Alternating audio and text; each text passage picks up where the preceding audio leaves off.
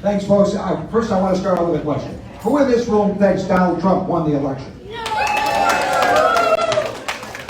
I couldn't agree more.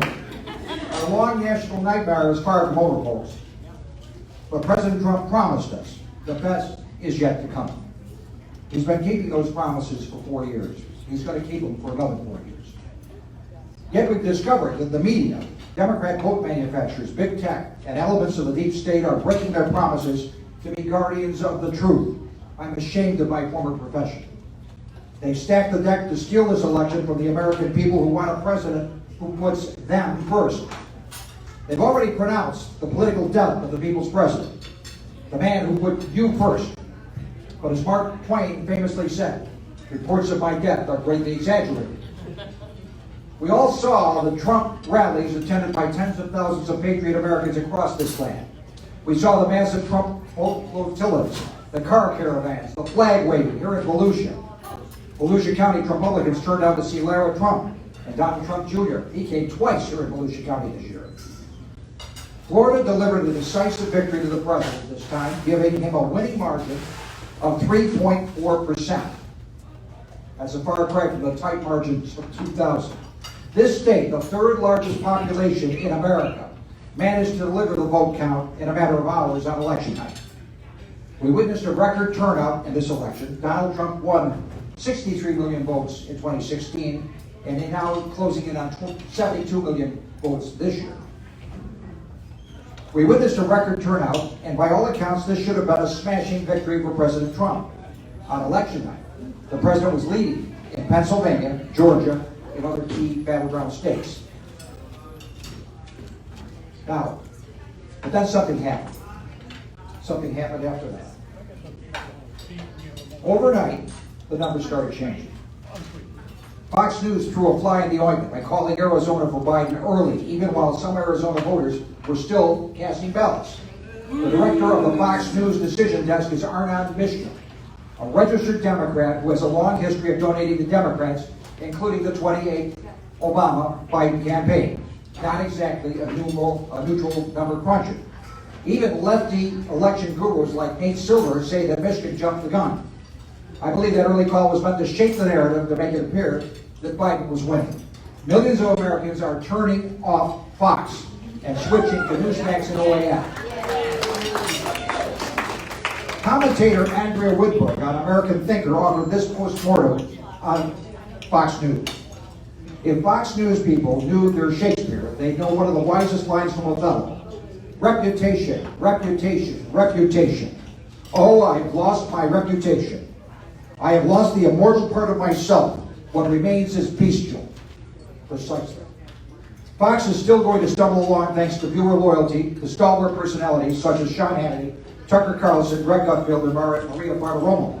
As long as its news people, though, continue their never-Trump leftward lean, the Fox News show will bleed out until it's gone. Hemingway said of bankruptcy, the trajectory goes two ways, gradually and then suddenly. We can probably expect the same at Fox as viewers, finding Fox's current conduct unforgivable, reorient themselves to Newsmax and OAN, two rising conservative outlets. So here we are, 9 days after the election. Fasten your seatbelts, folks. It's going to be a bumpy ride. The truth is, President Trump won this election, and the Democrats are trying to steal it from him. The Gateway Pundit reports the president currently holds 232 electoral college votes to Biden's 226. Last time I checked, that means he's in the lead. The president has won 25 states to Biden's 19. There are 6 states still in question. Here's a brief breakdown of the 6 battleground states. Let's start with Pennsylvania. President Trump led in Pennsylvania by 700,000 votes on election night. But more than 1 million votes magically appeared overnight, and Democrats have pulled Biden to a 50,000 vote lead. Democrats voted dead people. They switched votes from President Trump to Biden in the hundreds of thousands through system glitches. We'll talk more about that later. They received votes before they were sent out. They ensured every elderly person in nursing homes voted Biden and much more. On top of this, they allowed people to vote for 3 days after the election. This state is a mess. Trump expects to win this race based on legitimate votes. Biden hopes to win based on illegitimate votes.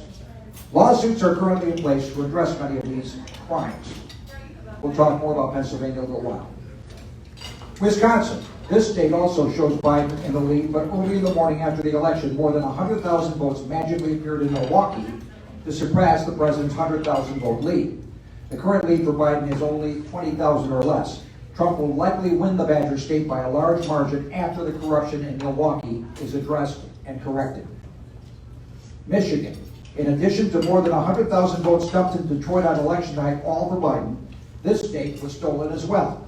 Once the illegal votes are eliminated, President Trump has a very good chance of winning this state as well. Georgia. The president was winning this state on election night by 100,000 votes. But after the election, a program was put into place to basically harvest a number of ballots. Now, woe is me, Biden leads the state as well. Once the harvested ballots are thrown out, the state will go to Trump. Nevada. Signatures verification rules were loosened in Nevada, and thus thousands of votes lack verifications on signatures. It's likely that President Trump will win this state when those ineligible votes are wiped out. Arizona. Nobody knows what the hell is going on in Arizona. Due to the delays in counting and recording a winner, it's likely this state is being stolen from President Trump as well.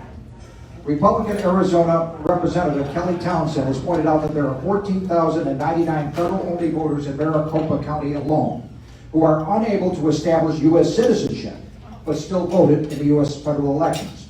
The number of potential non-citizen voters is higher than Biden's lead in the state, which has dropped below 12,000, with 40,000 more votes yet to be counted. Why is it taking them so long, folks? We got it all done in one night. I don't get it. We live in an age of computers, right? The battle will soon shift from the ballot counters to the courts.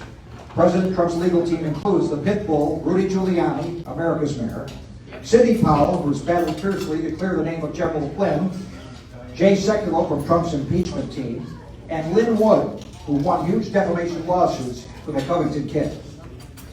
This battle will be won or lost in a few of these 6 key states. In particular, the Keystone State, aptly named, will hold the keys to the White House. As I mentioned, President Trump was leading by 700,000 votes in Pennsylvania on election night. And all of a sudden, the vote count stopped. Then an overnight flood of mail-in ballots from heavily Democrat Philadelphia appeared to erase that lead and give Biden the seating edge. More than 1 million ballots were added to the count after election night. Republican poll watchers have been prevented from observing the count or verifying its authenticity.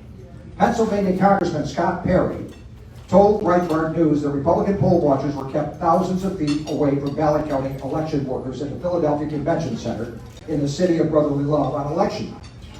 Congressman Perry says the distance between Republican poll watchers and ballot counters rendered meaningful observation of vote processing impossible. Kind of like the referee calling a play in the opposite end zone. You can't see what's going on. He added the poll watchers were put all at one end. You can't see anything. Like watching a play in a football field where you're standing on one end zone and the play is happening on the other end zone, and you're supposed to make the call. The U.S. Constitution gives state legislatures the sole authority of determining the time and manner of elections, federal elections. But a Pennsylvania Supreme Court dominated by Democrats offended the legislature and granted a 3-day extension for the counting of late arriving mail ballots. Supreme Court Justice Samuel Alito came to the rescue, ordering the separation of all ballots that arrived after 8 p.m. on election night. And I fully expect the Supreme Court to invalidate them.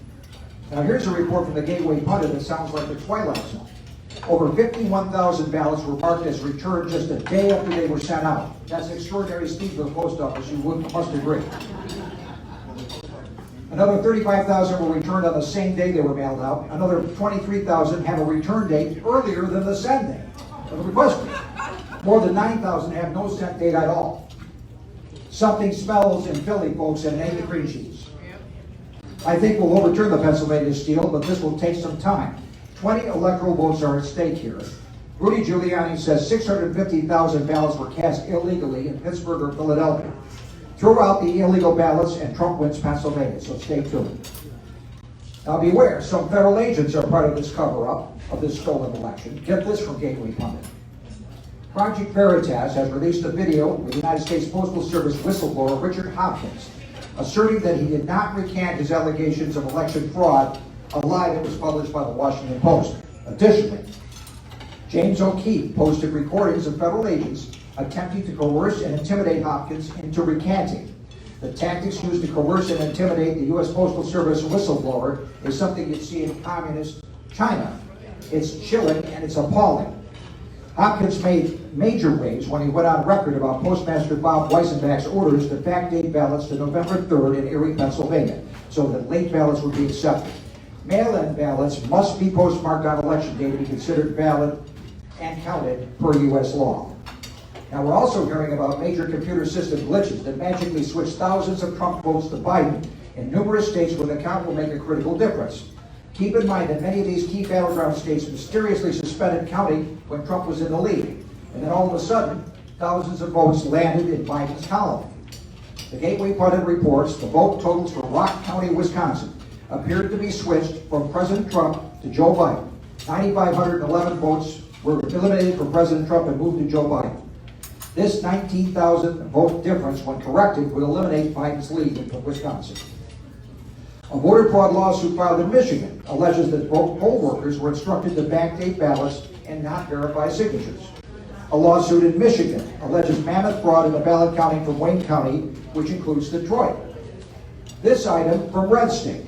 GOP spokeswoman Elizabeth Harrington tweeted out the log of a poll watcher in Detroit, Michigan, who noticed some suspicious activity going on in the location where ballots were being counted. According to the poll watcher, a number of things seemed awfully irregular. For one thing, an entire load of ballots came in at around 4:30 a.m. on November 4th. According to the poll watcher, the shift was ending around the time, but one of the men in charge of counting ballots announced over the microphone that an entire load had just come in. The poll watcher was told the vehicles these ballots were delivered in had out-of-state plates. The poll watcher logged that the ballots were brought in and placed on 8 long tables, but noted the way they were brought in was irregular. The boxes were carried in from the rear of the room, which was not typical at all. Also, something irregular was that every single one of those votes was for, you guessed it, Joe Biden. Witness Barry Doherty has come forward to describe illegal internet connectivity of Detroit's voter tabulation machines. This is immense, folks. Doherty's explained that this could have given outside parties the ability to hack the final tabulation count and could also have given people outside a real-time read on what the vote tabulations were so they know how many more votes they had to invent.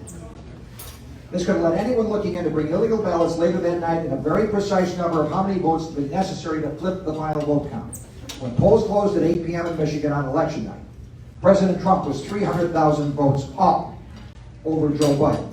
Wayne County, Detroit tabulations the next day flipped that vote count to Biden. Hard numbers are emerging to reveal a pattern of vote through the Dominion Systems vote software, tabulation software used in many states. Watch this Dominion software. This is where the key is. Pennsylvania, 220,000 votes switched to Biden. Additional 940,000 Trump votes were lost. Michigan, 20,200 votes switched to Biden. Another 21,000 Trump votes are lost from the system. Georgia, 17,400 votes switched to Biden. Another 33,500 Trump votes lost by the system. Georgia's Secretary of State, Brad Raffensperger, has ordered a hand recount and full audit of every single ballot that was submitted. That's good news. Arizona, 4,492 Trump votes switched to Biden. Wisconsin, 2,078 Trump votes switched to Biden. Another 3,400 Trump votes lost in the system. All told, nationwide, 512,000 Trump votes switched to Biden by various computer software glitches, and some 2.8 million Trump votes lost in the system. So who do you think really won the popular vote, folks? Now, Rudy Giuliani reports Dominion software whistleblowers are coming forward to expose the fraud and show where it was done. Attorney Sidney Powell offered these startling revelations to Maria Bartiromo. We have evidence of the same number of ballots or same number of votes being injected into the Wisconsin system and into the Michigan system 3 different times. I think there were 2 different injections of exactly the same numbers in Michigan, and then in Milwaukee it happened 3 times. Needless to say, time is of the absolute essence. On top of that, we have several states where they did not follow the law established by their legislature. That's a whole separate issue. We have 4 states who have deviated significantly from what the legislature told them to do. Pallets of ballots coming in the back door. There's tons of evidence that hundreds of thousands of ballots are going to have to be discarded, and they're all Biden votes. Now, President Trump saw this coming. He predicted massive fraud with the handling of mass mail-in ballots. He foresaw computer software issues. Last night, he tweeted that Dominion Software attempted to steal this election, and they got caught. Attorney General Bill Barr has made a big move. He did this on Monday, authorizing U.S. attorneys around the country to investigate any substantial evidence of election fraud. That takes it out of the hands of a DOJ deep state Democrat who was roadblocking any investigations. Also, President Trump fired his recalcitrant Defense Secretary, Mark Esper, who balked at use of the Insurrection Act to put down riots. The new chief of staff for the new SecDef is Kash Patel, a counterintelligence whiz you may recall who helped Congressman Devin Nunes unravel the Russian collusion delusion hoax. Trump is moving the chess pieces for the endgame to come. As Joe Field has said to me this morning on the phone, Trump is getting kind of quiet now. And if you ever watched The Godfather, there's an expression, they've gone to the mattresses. You know what that means. We're in for the big fight, folks. The Democrats are brazenly trying to steal this election, and they have no shame whatsoever. They have willing accomplices in the corporate media, including Fox News and Big Tech. They're trying to pressure and shame President Trump into surrender. The president says this: Joe Biden has not been certified the winner of anything. Let me talk you off the ledge here. This battle won't be easy. It's going to take weeks to sort out the biggest case of electoral fraud since the failed Russian collusion delusion hoax. In the event that neither candidate can claim 270 electoral votes, this election could actually be decided in Congress. Under the 12th Amendment, the House would elect the president. And here's how that works. Each state gets one vote based on the party majority in its delegation. As it stands now, Republicans control 30 states of the 50, which means Trump is reelected. The other side will never accept this, but this is what the Constitution says. The last time this happened was in the 1876 election between Rutherford B. Hayes and Samuel Tilden. I'm sure you remember that election. A backroom deal gave Hayes the presidency in exchange for Hayes' agreement to withdraw federal troops from the former Confederacy. From that time forward, the Democrats refer to the president as Rutherford B. Hayes. No doubt neither side will accept the outcome of the 2020 election, which is nothing new in American politics. See 2016. Now, we can go to Trump rallies and Trump parades. That's for the court of public opinion. But the real battle will be won or lost before the U.S. Supreme Court. The Trump legal team needs financial support. Donations can be sent through DonaldJTrump.com. They're also recruiting people to work as poll watchers. We have notices on our Facebook page. We sent out a blast email on it. There's an email you can send if you're interested. They are reimbursing people for their expenses to go to these states and assist in the poll watching. The recount. Now, I can report locally that Volusia County Republicans delivered a knockout vote to the Democrats this year. And you're all to be congratulated for that. Many of you in this room were volunteers for the early voting and worked and sweat through those days. They call it, it was a lot of fun for us. And we had great leadership and a great team of volunteers. The headline in the hometown news today is Volusia Republicans down. That's a pretty good headline. Congressman White waltzed to victory over a weak Democrat opponent. Our newly elected Volusia Council Chair Jeff Brower is a Republican, elected along with other council members. District 3 Council Member Danny Robbins, who won actually in the primary, and re-elected District 2 Council Member Billy Wheeler. Heather Post re-elected in District 4. In Daytona, Stacey Cantu is now a city commissioner and took her oath last night at Daytona City Hall. We also elected Webster Barnaby and re-elected Elizabeth Fetterhoff to the Florida House, joining with Tom Link and Paul Runner. We also elected new state Senator Jason Brodeur and re-elected Senator Travis Hudson. All those victories give Volusia a fully Republican delegation to Tallahassee.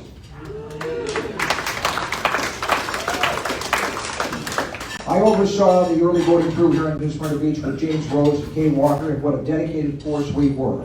We handed out 7,000 or more Trump stickers. That's what we used for the page to get those voter guides in their hands. And many thousands of voter guides which elect Republicans across the ballot. Our Republican chairman, Paul Deering, and our polling place chairs, Tom and Nancy Coriel, made sure we had the voter guides and the volunteers we needed. In fact, this year, for the first time ever, we had 750 people signed up to work the polls, more than ever before, 500 greeters, and 250 poll watchers, enough for every precinct. My favorite line to voters when I hand these guides out is, if they're not on this guide, they're not Republican. And take this guide because friends don't let friends vote for Democrats. In fact, we're so effective the Democrats called the cops twice on us, trying to stop us. I told the officers we were freely exercising our First Amendment rights and breaking no laws, just Democrat parts. The cop told us to be careful and moved on. And our efforts drew the attention of Australia's biggest news network, News 9, who sent their North American correspondent to New Smyrna Beach and Daytona for live reports on Election Day. Now that's a lot of fun. We did our part. We helped deliver Florida's winning margin for President Trump. But now other states will play a key role in this ongoing drama. The Trump campaign is recruiting, as I said, the poll watchers for the 3 counts in 6 battleground states. They're offering to pay your expenses and sign up. You can again, see our Facebook page for details, or we might have a last email call during this morning. Now here's where we are. We need Pennsylvania's 20 electoral votes, and I believe we will prevail at the Supreme Court. We also need Georgia and Arizona, or a combination that could include Nevada, Michigan, and Wisconsin. Don't believe the big media propagandists who tell you this is over, not by a long shot. Turn off your TV. Consult the websites like Breitbart, Gateway Pundit, Just the News. Go to our Volusia County Republican Party Facebook page or our website, recvc.org, for updates. On our website, you can find links to 60 pro-Trump websites where you can get an honest look at the real political landscape. Now, under this kind of relentless pressure, the likes of Romney, McCain, or the Bushes would have long since folded like a cheap tent. But the Democrats and their media liar-for-hire accomplices have underestimated this president. They've done it in the past. This usually plays out like a Wile E. Coyote versus Roadrunner cartoon. President Trump does not work for Washington, Hollywood, big media, or the big tech overlords. He works for you and me. He cares what happens to you, your family, your safety, your prosperity, your freedom. We won't give up on him, and he won't let us down. We won 50 seats in the U.S. Senate. But 2 more seats, Loeffler and Perdue, hang in the balance in Georgia, where we'll fight runoff elections in January. If Biden takes the White House, it's even more critical to win those 2 seats. But I believe Trump prevails. As for the House, voters elected a record number of Republican women and gained seats overall, narrowing the Democrat majority to a very thin slice. Nancy's gavel is in jeopardy. It may be yanked from her cold, heartless hands yet by the Democrats, disappointed over the way her nasty tactics turned away voters, and also that she may not be going far enough left. The majority will be razor thin when all the House seats are determined, so the minority will be more powerful than it was in the past. George Orwell, many years ago, envisioned a world like this, where up is down, in is out, right is wrong. The corporate media is now a propaganda tool of the Democrats. Tech titans have taken control of the biggest social media platforms and censor conservatives at will. But the beauty of the internet is that we have alternatives for all citizens of this. The battle for our future will be fought on those information platforms. We can't fail, we can't falter, we cannot afford to fumble. Now is the time. This election remains the most important fight of our lives. We must win this, because there is no alternative. They stole this election. Don't let them get away with it.